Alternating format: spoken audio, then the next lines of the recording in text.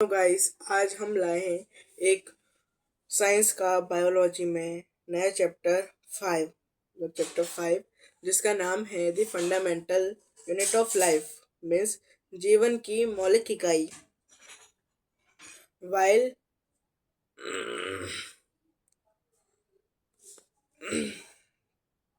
While examining a thin slice of cork, Robert Hooke saw that the cork resembled the structure of a honeycomb consisting of many little compartments. Cork की पतली काट के अवलोकन पर Robert Hooke ने पाया कि इनमें अनेक छोटे प्रकोष्ठ हैं। Cork is substance which comes from the bark of a tree. This was in the year 1665 when Hooke made this chance observation through a self-designed microscope. Robert Hooke called these box cells. Cell is the Latin word a little room. This may seem to be a very small and insignificant incident, but it is very important in the history of science. This was the very first time that someone had observed that living things appear to consist of separate units.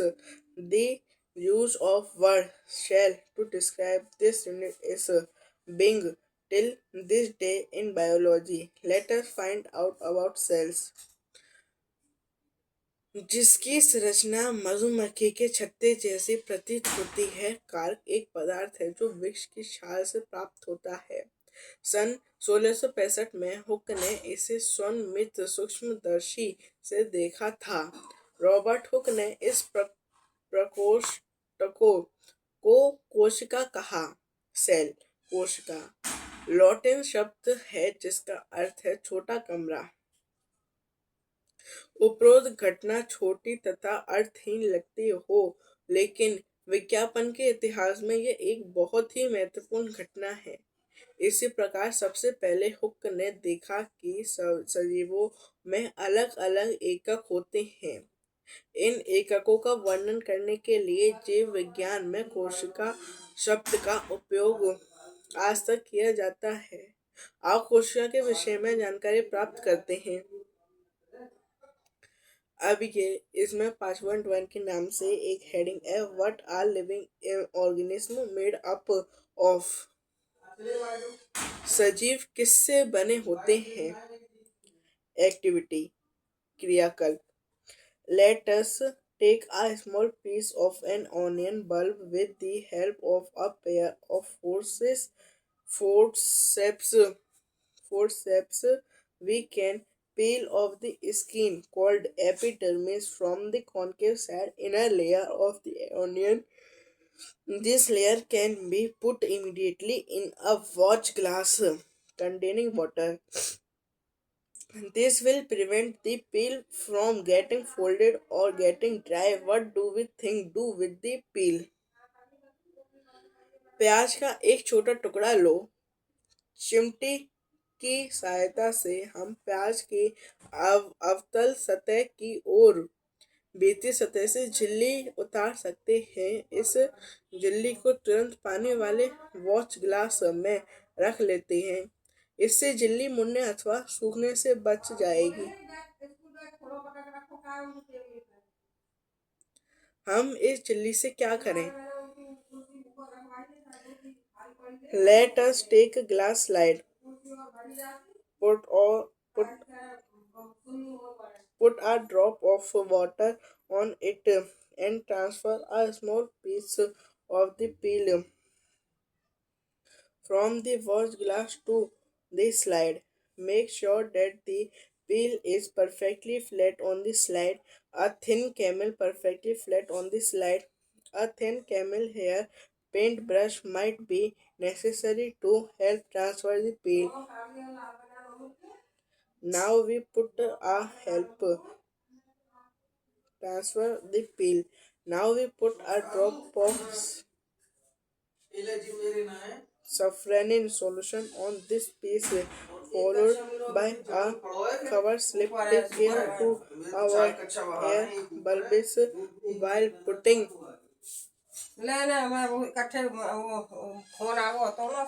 while putting the cover slip with the help of mounting needle. Ask your teacher for help. We have prepared a temporary mount of onion peel. We can observe this slide under low power followed by high powers of a compound microscope. एक कांच का slide लो, इस पर पानी की एक बूंद डालें। अब वॉच ग्लास में रखी झिल्ली के इस छोटे टुकड़े को इस स्लाइड पर रख दो। यह ध्यान रखें कि झिल्ली बिल्कुल सीधी हो। एक पतला पेंट ब्रश इस झिल्ली की स्लाइड पर रखने में आपकी सहायता कर सकता है। अब इस पर एक बूंद सेफ्रामाइन की डाली और इसे कवर स्लिप से ढक दो। कवर स्लिप को सुई की सहायता से इस प्रकार रखें जिससे कि इसमें वायु के बुलबुले ना आने पाए। अपने अध्यापक से सहायता लें। हमने प्याज की झिल्ली की आस्तियां स्लाइड बनाई हैं। अब हम इसे पहले पहले कम शक्ति वाले तथा उसके बाद उच्च शक्ति वाले संयुक्त सूक्ष्मदर्शी से देख सकते हैं। What do we observe as we look through the lens? Can we draw the structure that we are able to see through the microscope on an observation sheet? Does it look Does it look? We can try preparing mounds of peels of onion of different size. What do we observe? Do we see similar structures of or different structures? आपने क्या देखा है? क्या आप जो संरचना सूक्ष्मदर्शी के द्वारा देखते हैं उसे कागज पर खींच सकते हैं? क्या यह चित्र 5.2 जैसा दिखाई देता है? अब हम विभिन्न आकार वाली प्याज की झिल्लियों से अस्थायी स्लाइड बनाएंगे। हम क्या देखते हैं? क्या हम एक समान संरचनाओं को देखते हैं अथवा भिन्न भिन्न? What are the structure? ये संरचनाएं क्या हैं? These structure look similar to each other. Together they form a big structure like an onion bulb. We find from this activity that onion bulb of different sizes have similar small structure visible under a microscope. The cell of the onion peel will all look the same regardless of the size of the onion they come from.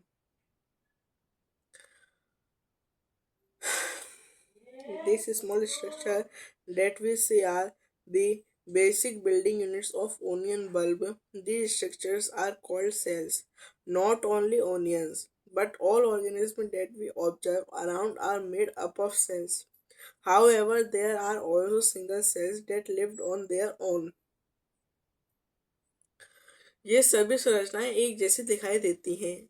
ये सभी मिलकर एक बड़ी संरचना शल्ककंद बनाते हैं जैसे प्याज। इस क्रियाकलाप से हमें पता चलता है कि विभिन्न आकार के प्याज में सूक्ष्मदर्शी द्वारा देखने पर एक जैसी संरचनाएं दिखाई देती हैं। प्याज की झिल्ली की कोशिकाएं एक समान हैं। प्याज के आकार से इसका कोई संबंध नहीं है। These inventions of magnifying lens led to the discovery of the microscope world.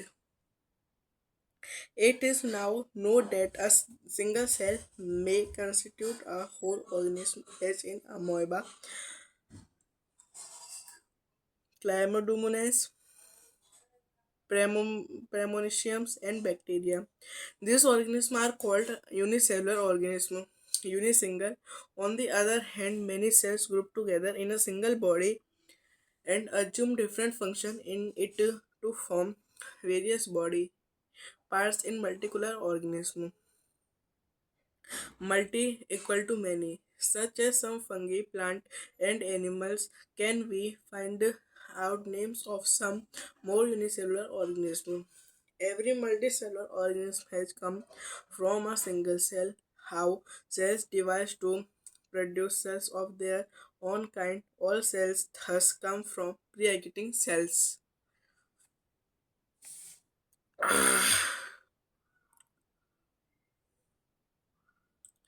आवर्त लेंस की खोज के बाद सूक्ष्मदर्शी का आविष्कार संभव हो सका। यह पता चला है कि एक मात्र कोशिका स्वयं में ही एक संपूर्ण जीव जैसे अमीबा, क्लेमिडोनोसा, मेनास, पैरामीशियम तथा बैक्टीरिया हो सकती हैं। इन सजीवों को एक कोशिकीय जीव कहते हैं। इसके अतिरिक्त बहुकोशिक जीव में अनेक कोशिकाएं समाहित होकर विभिन्न कार्य को संपन्न करने हेतु विभिन्न अंगों का निर्माण करती हैं। इसके कुछ उदाहरण हैं फंजाई, कवक, पादप तथा जंतु। क्या हम कुछ और एक कोशिक जीवों के विषय में पता कर सकते हैं? प्रत्येक बहुकोशिकीय प्रत्येक बहुकोशिकीय जीव एक कोशिश से ही विकसित हुआ है। कैसे? कोशिकाएं विभाजित होकर अपनी ही जैसी कोशिकाएं बनाती हैं। इस प्रकार सभी कोशिकाएं अपनी पूर्वता कोशिकाओं से उत्पन्न होती हैं।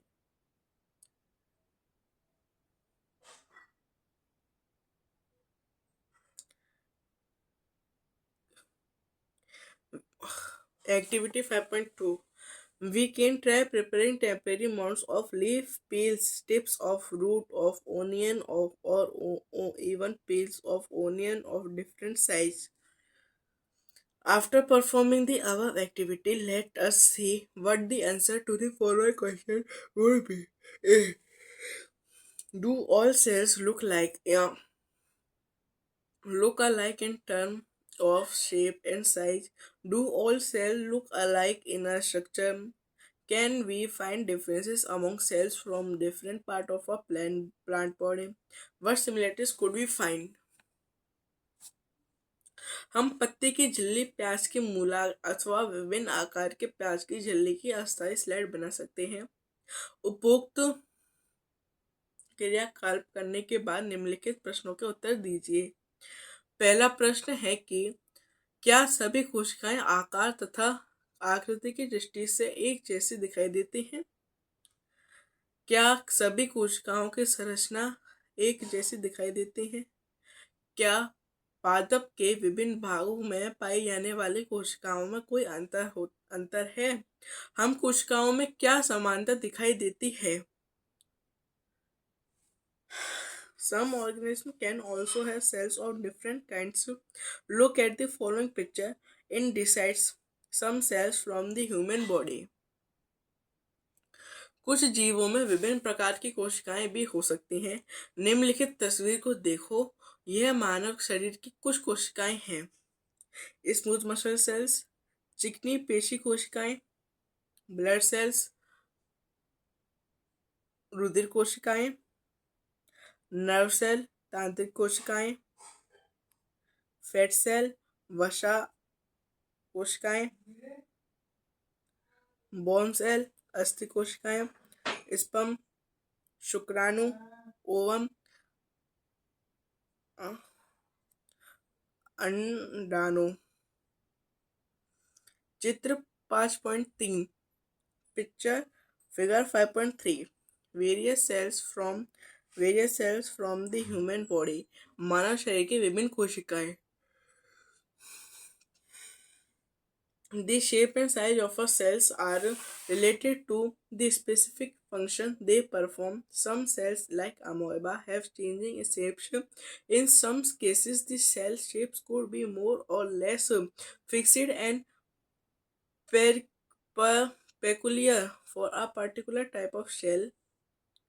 For example, nerve cells have a typical shape, perform certain basic functions that are characteristic of all living forms. How does a living cell perform the basic functions? We know that there is division of labor in multicellular organisms such as human beings. This means that different parts of the human body perform different parts of the human body perform different functions. The human body has a heart to pump blood, a stomach to digest food, and so on. Similarly, division of labor is also seen within a single cell. In fact, each such cell has got certain specific components within it known as cell organelles. Each kind of cell organelle performs a special function, such as making new material in the cell, clearing up the waste material from the cell, and so on. A cell is able to live and perform all its function because of these organelles. These organelles together constitute the basic unit called the cell.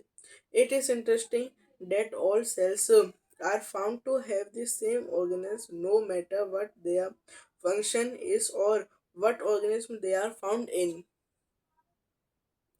इसका अर्थ कोशिकाओं की आकृति उसके विशिष्ट कार्यों के अनुरूप होती है। कुछ कोशिकाएं अपना आकार बदलती रहती हैं, जैसे एक कोशिक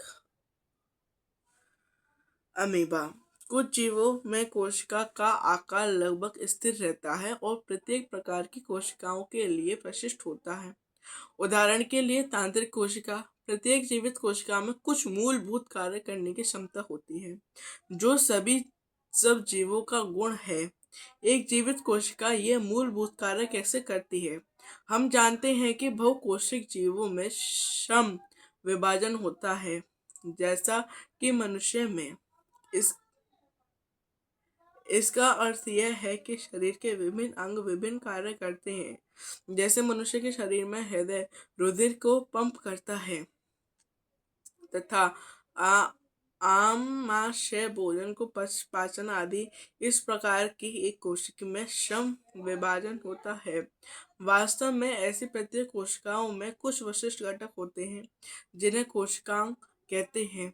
प्रत्येक कोशिकांग एक विशिष्ट कार्य करता है, जैसे कोशिका में नए पदार्थ का निर्माण, अपशिष्ट पदार्थ का निष्कासन आदि। इन कोशिकाओं के कारण ही एक कोशिका जीवित रहती है और अपने सभी कार्य करती है। यह कोशिकांग मिलकर एक मूलभूत इकाई बनाते हैं जिसे कोशिका कहते हैं। यह बड़ा रुचिकर है कि सभी कोशिकाएं में एक ही प्रकार कोशिकांग होते हैं। इसमें कोई फर्क नहीं पड़ता कि उसके कार्य क्या है अथवा वह किस जीव में पाई जाती है। What is cell made up of? What is the structure organization of cell? मतलब कोशिकाएं किससे बनी होती हैं? कोशिकाओं का संरचनात्मक संगठन क्या है? We saw above that the cell has a spherical component called organelles. How is a cell organized?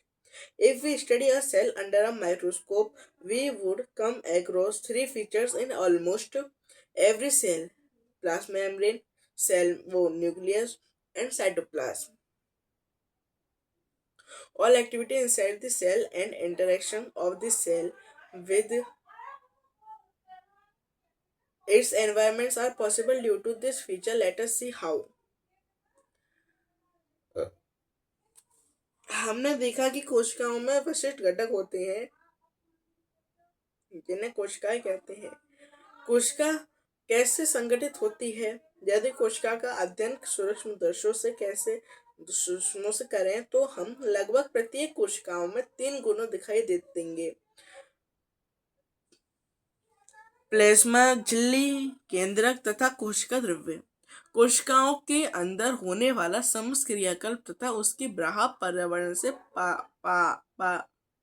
पारस्परिक क्रियाएं इन्हीं गुणों के कारण संभव है। आओ देखें कैसे। प्लाज्मा मेम्ब्रेन और cell membrane.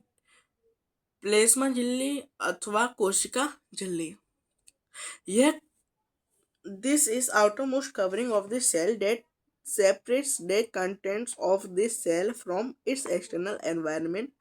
The plasma membrane allows the permits the entry and exit of some materials in and out of the cell. यह कोशिकाएं की सबसे भारी परत है जो कोशिका के घटकों से बाहरी पर्यावरण से अलग अलग करती हैं।